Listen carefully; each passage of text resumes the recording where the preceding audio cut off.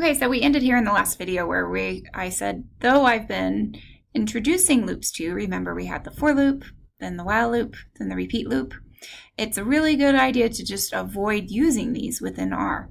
Generally, code will be more efficient, be faster if we take advantage of the vectorized calculations versus iterating through elements of a vector or matrix when using this. So some examples of that is like the if-else statement. So if-else operates on a vector or array, as we saw, as does functions like cumulative sum, cum-sum. And so there's a lot of functions within R that, quote unquote, operate on arrays or operate on vectors at least, okay?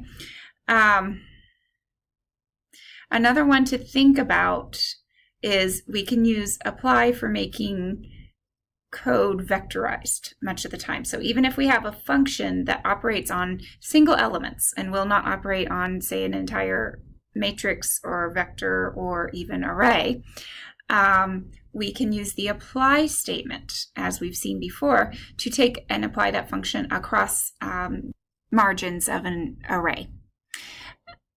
That being said, loops are still useful, and there are times when we still need to use them, such as when we perform a simulation study so that we can go through, generate a unique data set, perform an analysis on that generated data set, and record those results.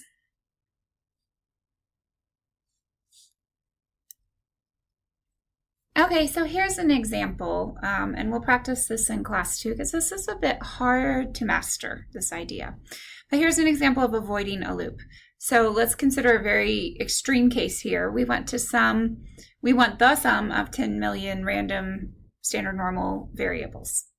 The sum function uses the whole vector and is going to be noticeably faster than the for loop.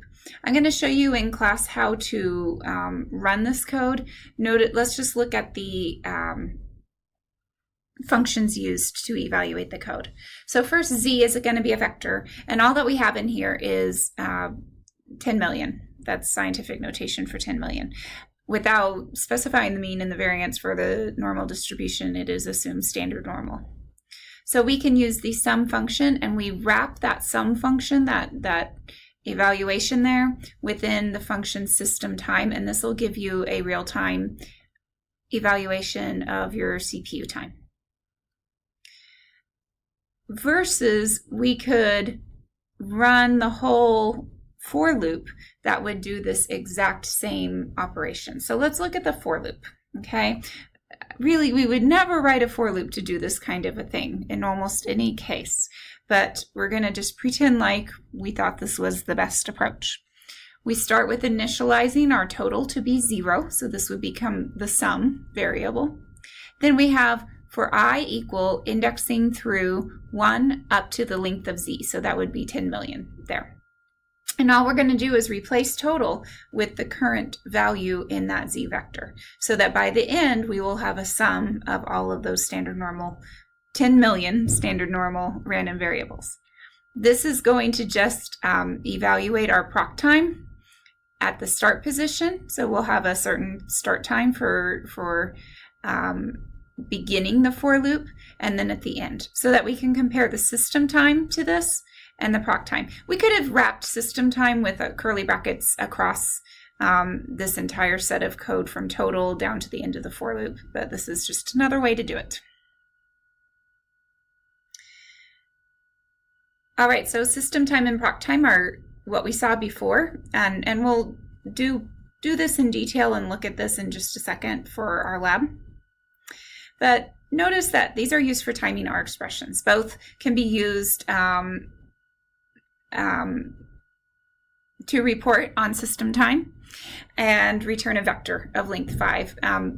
Only 3 of those elements are printed, however. Generally, the user time, system time, and elapsed time. I usually look at elapsed time. This is usually what we want to really evaluate. That means, of course, that maybe this will not be a comparable across systems, but will be a useful tool for evaluating different processes on your own system. We could also use the function when progress bar to look at progress across a long computation. So if you have a computation running for several hours, you probably want to be able to check on its progress as it is evaluating. And this is just an example of doing that. I'm not going to emphasize this this time around. Okay, so a little bit more about functions. I have used functions previously in the code a lot, and that was only because this is how I write processes most of the time within R, and it's difficult for me not to write functions most of the time. But now we are finally seeing the formal presentation of functions. Functions are objects that evaluate multiple expressions. We've used many functions in R, sum, mean, other things as well. But these are R-defined functions. We're going to learn how to declare our own function here. So when you declare a function, you specify a function name.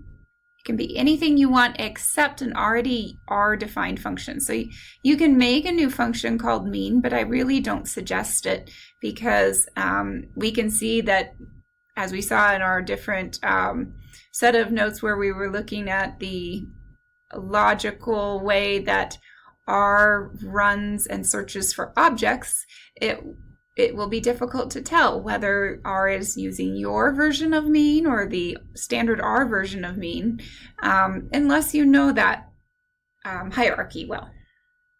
So let's stay away from using R names and create our own names. And here's the basic idea of the function. You declare that this object is going to be a function. You can have arguments in your function, and then between the curly brackets is what your function does. So the argument list is going to be comma separated, and it can be all kinds of formal argument names. You can just give the name, or you can say name with a default value attached to it. We'll see both in the following. Remaining arguments, you're not really limited on your arguments, but you do want to be careful that you don't put so many that it becomes unwieldy. The body is going to be a group of R expressions. These will perform the function that you want your function to perform. Functions are going to be usually assigned names, but the names are going to be optional. You can use the fun argument of, say, apply, for example. Be careful that you don't override existing R functions like I already talked about.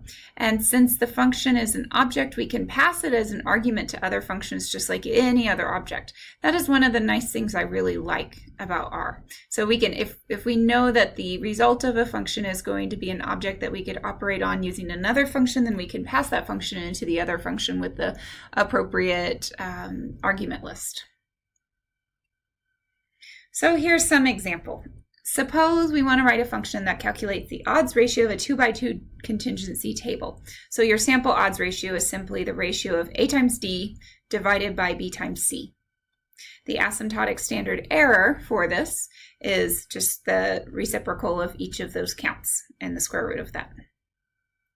So we could do an asymptotic confidence interval for the log odds ratio, which is for asymptotics. For getting the asymptotics to kick in, we always do the log of the odds ratio. And then we'd simply exponentiate these bounds to get back the bound for the sample odds ratio, or the true odds ratio. So here is a function that will do these basic calculations for us. So let's start. Notice our function name is odds.ratio. Then we have our function with the function call. X is going to be a 2x2 matrix. And then we can specify a confidence level. By default, it will be 0.95, but you can also specify confidence level equal 0.9 or 0.99. Then here's the body of the function, what appears in here. So the odds ratio is going to be the 1,1 element, the 2,2 element, so that's A times D, then B times C, the 1,2, the 2,1. That gives us our sample odds ratio. The log odds ratio standard error is going to be the square root of the sum of every 1 over x. So 1 over x, because functions are vectorized. Any kind of arithmetic function is automatically vectorized. So if you do 1 over x, you're just going to get 1 over a. 1 over b, 1 over c, 1 over d, and then we apply the sum function to it, and it'll take the sum of the reciprocal of a plus the reciprocal of b and reciprocal of c and d. So here we have our sample odds ratio, our standard error for the log odds ratio. We compute our confidence interval by, or alpha by taking 1 minus the confidence level. And then we use that alpha for finding our z quantile. So notice we take the log of our sample odds ratio that's calculated here minus the z quantile times the log standard error, log odds ratio standard error. Do the same thing plus the z quantile, this margin of error here. Notice that both the upper and the lower are exponentiated, so these parentheses go across the entire expression. So that CI lower is our interval lower bound for the true odds ratio. CI upper is our upper bound for the true odds ratio. And then a cat expression will just make this look nice. So this is going to say odds ratio equals and give the sample estimate, confidence level equals, and then give the interval itself. Skip a line. So that's one function we could easily write. So if we enter the data, this is from Alan Agresti's famous categorical data analysis book. Here we have the treatment, which is a placebo versus aspirin, and whether or not the patient suffered a myocardial infarction. So we can see our contingency table. Our sample odds ratio will be 189 times that 10,933 divided by 104 times the 10,845. So if we run x through our odds ratio function that's on the previous slide, we get the odds ratio, which is that ratio, and we get our 95% confidence interval for that odds ratio. So notice this is contained in that interval. We can change our confidence level to 90% rather than 95. So notice the sample estimate does not change, as it should not, but the interval estimator does. It's slightly more narrow due to a larger confidence level. Smaller confidence level.